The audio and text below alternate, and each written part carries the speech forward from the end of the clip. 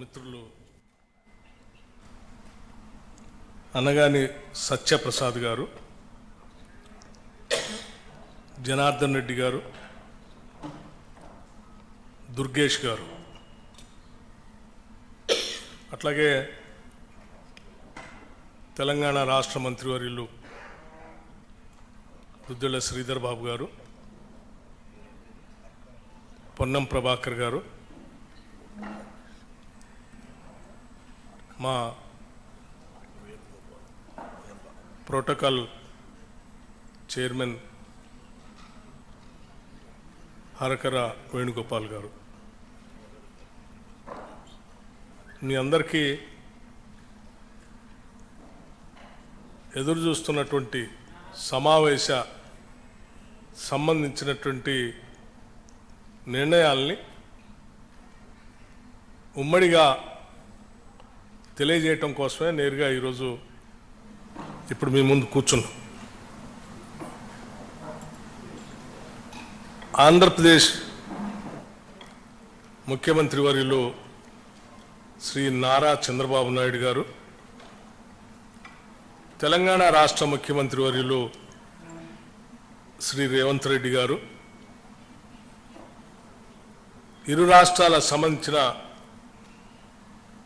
కొద్దిమంది మంత్రులు, అంటే తెలంగాణ నుంచి శ్రీధర్ బాబు గారు, పొన్నం ప్రభాకర్ గారు, ఆంధ్రప్రదేశ్ నుంచి సత్యప్రసాద్ గారు, జనార్దన్ రెడ్డి గారు, కందుల దుర్గేష్ గారు, ముఖ్యమంత్రులతో సహా మేమందరం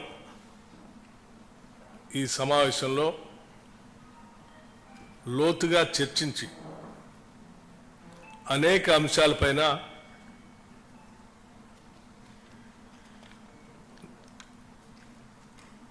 చర్చలు జరిగాయని చెప్పడానికి సంతోషిస్తూ ఉన్నాను. ఆంధ్రప్రదేశ్ రాష్ట్ర విభజన సంబంధించి విభజన ద్వారా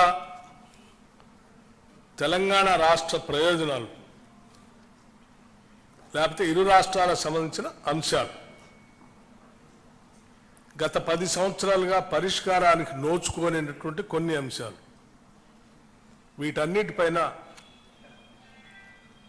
త్వరితగతిన చర్చించుకొని ముందు పోవాలనేటువంటి ఆలోచనతో ఈ సమావేశాన్ని ఈరోజు ఇక్కడ ఏర్పాటు చేయడం జరిగింది. అయితే గత 10 సంవత్సరాలుగా విభజన చట్టంలో పొందుపరిచినటువంటి అంశాలు ఇతరత్ర పరిష్కారానికి నోచుకునేటువంటి అతి ముఖ్యమైన అంశాలు కూడా వాటన్నిటికీ ఈ సమావేశంలోనే సమాధానాలు కానీ పరిష్కారాలు కానీ దొరుకుతాయని ఈ సమావేశం అనుకోలేదు. కాకపోతే వీటికి పరిష్కార మార్గాలు చూపించడానికి ఏదో ఒక విధానపరమైన నిర్ణయాన్ని వ్యవస్థను ఏర్పాటు చేసుకునే అవసరం ఉంది. కాబట్టి ముందుగా 2 రాష్ట్రాల ముఖ్యమంత్రులతో సహా ప్రతినిధి బృందాలు అందరూ కూలంకషంగా చర్చించిన తర్వాత ఒక నిర్ణయాన్ని రావటం జరిగింది. ఆ నిర్ణయం ఏంటంటే, వీటి పరిష్కార మార్గాలు చూడటానికి ముందుగా ఉన్నత స్థాయి అధికారులతో కూడినటువంటి ఒక కమిటీని 2 రాష్ట్రాలకు సంబంధించినటువంటి ఉన్నత స్థాయి అధికారులతో, అంటే చీఫ్ సెక్రటరీ స్థాయి అధికారితో సహా వారితో ఇంకొక 3 మెంబర్, ఈచ్ స్టేట్కి 3 మెంబర్స్ కలిపి ఒక కమిటీని వేసి కొద్ది రోజుల్లో, అంటే అనగా ఒక 2 వారాల లోపల సమావేశమై సాధ్యమైనంత వరకు వాళ్ళ స్థాయిలో పరిష్కారానికి వచ్చేటువంటి అంశాలని చర్చించి పరిష్కార మార్గాన్ని ఎత్తడం కోసం ఒక కమిటీ వేయాలని నిర్ణయించడం జరిగింది. ఈ ఉన్నత స్థాయి అధికారుల కమిటీ ద్వారా కూడా పరిష్కారం కానటువంటి అంశాలు ఏమైనా ఉంటే రెండు రాష్ట్రాలకు సంబంధించిన మంత్రులతో కూడినటువంటి ఒక కమిటీని వేయాలని, ఆ కమిటీలో పరిష్కార మార్గం కోసం వాళ్ళు సమావేశాలు పెట్టుకొని కొన్ని మార్గాలు చూడాలని, రాష్ట్ర స్థాయి మంత్రుల కమిటీలో పరిష్కారం అయ్యేటువంటి అంశాలని ఇరు రాష్ట్రాలకు సంబంధించినటువంటి ముఖ్యమంత్రి స్థాయిలో అంగీకరించడం, ఒకవేళ అక్కడ కూడా పరిష్కారం కానటువంటి మార్గాలు ఏమైనా ఉంటే, ఆ అంశాలు ఉంటే మళ్ళీ రాష్ట్ర స్థాయిలో ముఖ్యమంత్రుల స్థాయిలో సమావేశాన్ని ఏర్పాటు చేసుకొని పరిష్కార మార్గం కనుగొనడం కోసం ప్రయత్నం చేయాలని. అంటే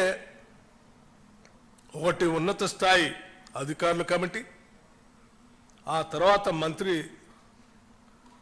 మంత్రిమండలి సంబంధించినటువంటి కమిటీ, ఆ తర్వాత ముఖ్యమంత్రి స్థాయిలో నిర్ణయాలకు సంబంధించి సమావేశాలు ఏర్పాటు చేసుకోవాలని ప్రాథమికంగా ఈనాటి సమావేశంలో తీసుకున్నటువంటి నిర్ణయం. అలాగే ఇంకొక అతి ముఖ్యమైనటువంటి నిర్ణయం కూడా తీసుకోవడం జరిగింది. తెలంగాణ రాష్ట్ర ప్రభుత్వం ప్రతిష్టాత్మకంగా తీసుకున్నటువంటి యాంటీ నార్కోటిక్స్ అంటే డ్రగ్ ఫ్రీ రాష్ట్రంగా ఈ రాష్ట్రాన్ని తీర్చిదిద్దటం కోసం ఒక ప్రత్యేకమైనటువంటి డ్రైవ్ని తీసుకుంది. అడిషనల్ డీజీ స్థాయి అధికారులు నియమించి ఒక పెద్ద వ్యవస్థను ఏర్పాటు చేసి డ్రగ్స్ వ్యతిరేకంగా కఠినమైన నిర్ణయాలు తీసుకునేటట్టుగా ఒక కార్యాచరణ ప్రణాళిక తీసుకొని ముందుకు పోతా ఉన్నాం. దాంతోపాటు సైబర్ క్రైమ్స్ సంబంధించి కూడా సామాన్య ప్రజలు చాలా ఇబ్బంది పడుతూ ఉన్నారు. ఈ సైబర్ క్రైమ్స్ నుంచి కూడా, ఈ డ్రగ్స్ నుంచి కూడా రాష్ట్రాన్ని కాపాడాలనే ఉద్దేశంతో ముందుకు తీసుకొని పోతున్నటువంటి ఈ ప్రక్రియలో రెండు రాష్ట్రాలు కూడా కలిసి ఒక కోఆర్డినేషన్ కమిటీ ద్వారా చేయగలిగితే ఇంకా పకడ్బందీగా వీటిని నియంత్రించడానికి అవకాశం ఉంటుంది. కాబట్టి అంటే రవాణా అనేది దొరుకుతున్నటువంటి డ్రగ్స్ రకరకాల బోర్డర్స్ నుంచి వస్తూ ఉన్నాయి. కాబట్టి వీటిని నియంత్రించడానికి అడిషనల్ డీజీ స్థాయిలో యాంటీ నార్కోటిక్స్ బ్యూరో స్థాయిలో ఎవరినైతే చీఫ్గా మనం నియమించామో ఆ అధికారి స్థాయిలో ఇక్కడి నుంచి అదే స్థాయిలో ఉన్నటువంటి ఆ రాష్ట్రం నుంచి ఉన్న అధికారితో ఇద్దరు కోఆర్డినేషన్తో ఈ అంశాలపైన పెద్ద ఎత్తున యుద్ధం చేసి ఈ ప్రమాదం నుంచి, మహమ్మారి నుంచి రెండు రాష్ట్రాలని కాపాడుకోవటం కోసం ముందుకు పోవాలని ఒక విధానం నియమించాము. ఆ అధికారి స్థాయిలో ఇక్కడి నుంచి అదే స్థాయిలో ఉన్నటువంటి ఆ రాష్ట్రం నుంచి ఉన్న అధికారితో ఇద్దరు కోఆర్డినేషన్తో ఈ అంశాలపైన పెద్ద ఎత్తున యుద్ధం చేసి ఈ ప్రమాదం నుంచి, మహమ్మారి నుంచి రెండు రాష్ట్రాలని కాపాడుకోవటం కోసం ముందుకు పోవాలని ఒక విధానపరమైన నిర్ణయం కూడా చేయటం జరిగింది. ఇవి ఈనాటి సమావేశానికి సంబంధించిన ముఖ్యమైన నిర్ణయాలు. వీటన్నిటిని మీ ద్వారా రాష్ట్ర ప్రజలందరికీ కూడా తెలియజేస్తున్నాను. Thank you. ధన్యవాదాలు.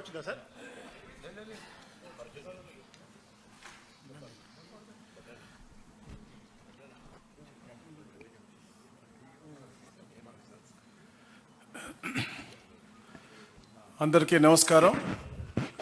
పెద్దలు పట్టి విక్రమార్క గారికి, పెద్దలు శ్రీధర్ బాబు గారికి, పెద్దలు పొన్నం ప్రభాకర్ గారికి, సహచార మంత్రివర్యులు పెద్దలు జనార్దన్ రెడ్డి గారికి, పెద్దలు దుర్గేష్ గారికి, అలాగే వేణుగోపాల్ గారికి అందరికి కూడా నమస్కారాలు. వచ్చేసినటువంటి పత్రికా సోదరులు కూడా. ఈరోజు తెలుగు జాతి అంతా కూడా హర్షించే ఒక మంచి రోజు.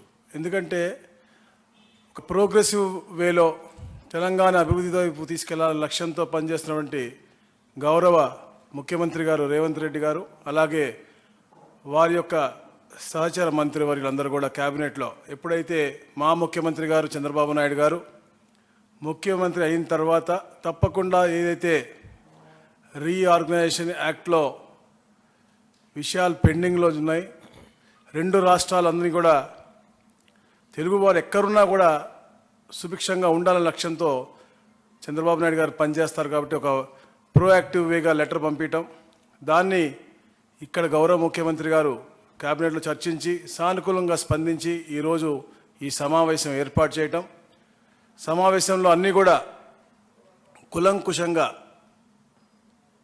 చర్చించి అందరు అడ్వైజులు తీసుకుని ఎవరైతే మంత్రివర్యులు ఉన్నారో అలాగే అధికారులు ఎవరైతే ఉన్నారో అందరి కూడా సలహాలు సూచనలు తీసుకుని డిస్కస్ చేసి ఇవన్నీ కూడా, ఎందుకంటే మీ అందరికీ తెలుసు తెలంగాణ ఒక ఉద్యమంతో ఒక నిధులు విధులు కేటాయింపులతో ఏర్పాటైంది, అంటే దాని మీద ఉద్యమం చేసి ఏర్పాటైంది. అలాగే ఆంధ్రప్రదేశ్ అభివృద్ధి వారి యొక్క సెంటిమెంట్లు కూడా చాలా పరిణామం తీసుకుని ఎవరు యొక్క మనోభావాలు దెబ్బతినకూడదు,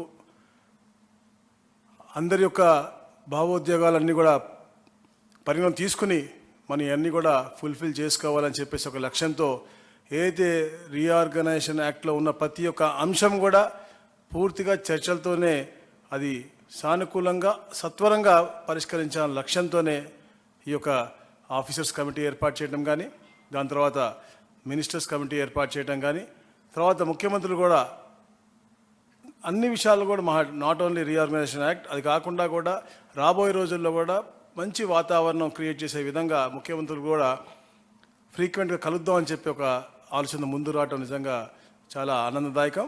అలాగే మరి ముఖ్యంగా ఎలా అయితే గౌరవనీయులు బట్టి విక్రమార్క చెప్పారో, తెలంగాణ రాష్ట్రం ఏర్పడిన తర్వాత డ్రగ్స్ ఫ్రీ స్టేట్గా చేయాలని చెప్పేసి తపనతో పనిచేస్తూ ఉన్నారు. దాని మీద కూడా సుదీర్ఘంగా చర్చించి ఏదైతే అక్కడ ప్రభుత్వం ఏర్పడిన తర్వాత ఒక సబ్ కమిటీ మేము వేసుకోవడం జరిగింది 6 మంత్రులతో.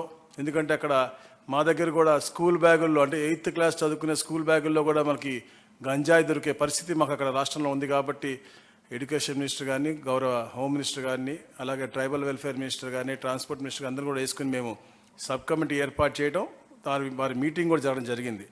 సో అక్కడ ఉన్నటువంటి ఈ యొక్క డ్రగ్ కల్చర్ని ఇక్కడ ఉన్నటువంటి డ్రగ్ కల్చర్కి లింక్ ఉంది. ఎందుకంటే అక్కడ ఉత్పత్తి అయ్యి ఇక్కడికి ఎక్కువగా వస్తుందని చెప్పేసి ఇక్కడ ముఖ్యమంత్రి గారు చాలా కన్సర్న్గా ఉన్నారు. కాబట్టి ఒక జాయింట్గా ఒక 2 అధికారులను అడిషనల్ డీజీపీ స్థాయి అధికారులను వేయటం, డ్రగ్స్ని పూర్తిగా అరికట్టి తెలుగు జాతిని కాపాడని లక్ష్యంతో అది కూడా చేయటం జరిగింది. ఇవన్నీ కూడా రాబోయే రోజులు, అంటే ఒక టైం లైన్ పెట్టుకున్నాం. 2 వారాల్లో తప్పకుండా ఇరు ముఖ్యమంత్రులు కూడా హర్షించే విధంగా ఏదైతే ఈరోజు సూచనలు ఇచ్చారో మంత్రివర్యులందరూ కూడా ఇవన్నీ కూడా తీసుకుని వెళ్ళి ఆఫీసర్స్ అందరూ కూడా కూర్చుని, సిఎస్ గారు కాకుండా ముగ్గురు అధికారులు ఉండి ఒక మంచి స్టెప్, అంటే వే ఫార్వర్డ్ వెళ్ళే విధి విధానాలతో పాటు ఒక మంచి ఇది కూడా తీసుకొస్తారు. తప్పకుండా తెలుగు రాష్ట్రంలో ఉన్న తెలుగు రాష్ట్రంలో ప్రతి ఒక్కరు కూడా హర్షించే విధంగా ఈ యొక్క రీఆర్గనైజేషన్ యాక్ట్లో ఉన్నటువంటి అన్ని అంశాలు కూడా ఇంప్లిమెంట్ చేయడానికి పూర్తిగా ఈ కమిటీస్ కూడా చేస్తాయి. అలాగే వచ్చినటువంటి అన్ని అంశాలు కూడా మళ్ళా మేము చర్చించిన తర్వాత తమరితో మేము అందరం కూడా మాట్లాడతాం. Thank you.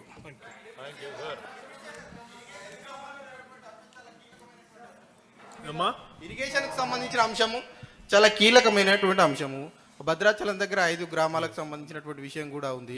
ఆ స్థిరాస్తులకు సంబంధించి ఏపీ హైదరాబాద్లో ఉన్న భవనాలను ఏపీ అడుగుతుంది అన్నటువంటి చర్చ కూడా ఉంది. దాని మీద ఏమన్నా వచ్చిందా చర్చకి? ఒకటి కాదు, అనేక అంశాలు ఉన్నాయి. ఈ అంశాలన్నింటినీ చర్చించడానికే వే ఫార్వర్డ్ కోసం ఈ కమిటీలు వేసాం. అన్ని అంశాలు ఈ కమిటీల్లో చర్చించిన తర్వాత ఫైనల్గా సీఎం స్థాయి కమిటీలోకి వస్తాయి. విద్యుత్ బకాయిల గురించి 2 రాష్ట్రాల మధ్య వివాదాలు ఉన్నాయి. విద్యుత్ బకాయిల గురించి 2 రాష్ట్రాల మధ్య వివాదాలు చెప్పాను కదా ఇప్పుడే. ఒక అంశం కాదు, అనేక అంశాలు ఉన్నాయి. ఈ అంశాలన్నింటినీ పరిష్కారం చేసే దిశలో ముందుకు పోవటం కోసమే ఈ కమిటీలు వేసి ఆ కమిటీల ద్వారా ఒకదాని తర్వాత ఒకటి పరిష్కార మార్గాన్ని ఇస్తాం. ఈ 5 గ్రామాల గురించి ఏమొచ్చింది సార్ చర్చ? అన్ని అంశాలు చెప్పాను కదా. ఇవాళ వాళ్ళు ఓన్లీ కమిటీలో ఏర్పాటు గురించి అన్ని అంశాలు, not only one issue, they are many issues. Thank you.